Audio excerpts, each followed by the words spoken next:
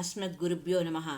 నేను శ్రీకృష్ణ భగవానుని శాశ్వత సేవకుడను అని భావించకుండా నేను, నా సమాజము, నా దేశం, నా భర్త, నా భార్య, నా కుక్క లేదా ఏదో ఒకదానికి సేవకుడనని భావిస్తాం. దీనినే మరచుట అంటారు. ఈ మరపు ఎలా వచ్చింది? శరీరం చేత ఈ తప్పుడు భావనలన్నీ ఏర్పడుతుండడం వల్ల ఏ దేశంలో పుడితే ఆ దేశం వారిగా భావిస్తూ ఉంటాం. ప్రతి ఒక్క సమాజము తమ తమ ప్రజలను ఆ విధంగానే భావించినట్లుగా ప్రోత్సహించింది.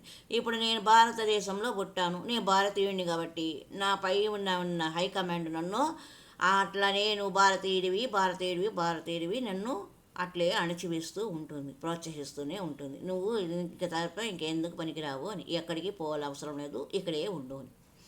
ఆ విధంగా మనలను మర్చిపోయేలాగా, భగవంతునికి మర్చిపోయేలాగా చేస్తుంది ఈ శరీరం. మన పైన ఉన్న విప్లవ శక్తులు.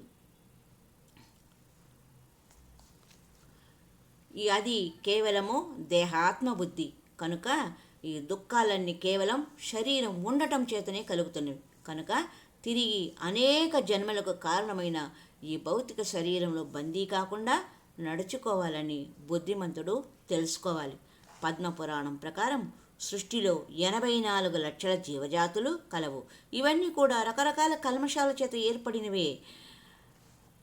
ఏ శరీరాన్ని కలిగి ఉన్నా, ఎటువంటి శరీరం కలిగి ఉన్నా ఇవన్నీ కూడా కల్మషాలే. మానవ శరీరమైనా, జంతు శరీరమైనా, ఏ శరీరాన్ని కలిగి ఉన్నా అవన్నీ కల్మషాలే. అందుకే యోగాలో మొదటి ఉపదేశం ఏమిటి? నేను ఈ శరీరం కాదు, అవినాశి ఆత్మను, అంటే ఎటువంటి వినాశం లేని సజీవ ఆత్మను అనే భావన కలిగి ఉండాలి. ఈ భౌతిక శరీరాల కల్మషాల నుండి విముక్తి పొందాలి అనేదే భగవద్గీత యొక్క ప్రథమ ఉద్దేశం.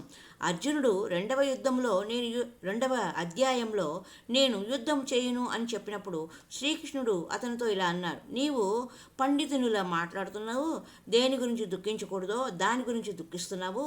వివేకవంతులు జీవించి ఉన్నట్టి వారి గురించి కానీ, మరణించినట్టి వారి గురించి కానీ దుఃఖించరు.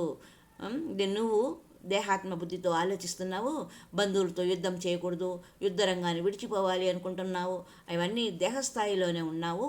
కనుకనే అర్జునుడు ఆచార్యునిగా శ్రీకృష్ణుని అంగీకరించి శ్రీకృష్ణుని చేత శ్రీకృష్ణుడు గురువులా అర్జునుని మందలించడం వలన శ్రీకృష్ణుడు దేహాత్మ భావనపై ఆధారపడి మూర్ఖంగా మాట్లాడుతున్నా కాబట్టి నీవు విద్యలో, శాస్త్రంలో, తత్వంలో, రాజకీయాల్లో గొప్ప అభివృద్ధి సాధించాలని గర్విస్తున్నావు. ఇదంతా నీ యొక్క దేహాత్మ బుద్ధి స్థితిలోనే ఉన్నావు అని గుర్తు చేశాడు. మరి యొక్క సంచికలో ఆత్మ సిద్ధి కొరకు యోగ సిద్ధి పదంలో యోగము ద్వారా సమతుల్యతను సాధించే ప్రక్రియ గురించి తెలుసుకుందాం. హరే రామ రామ రామ హరే హరే, హరే కృష్ణ కృష్ణ కృష్ణ హరే హరే.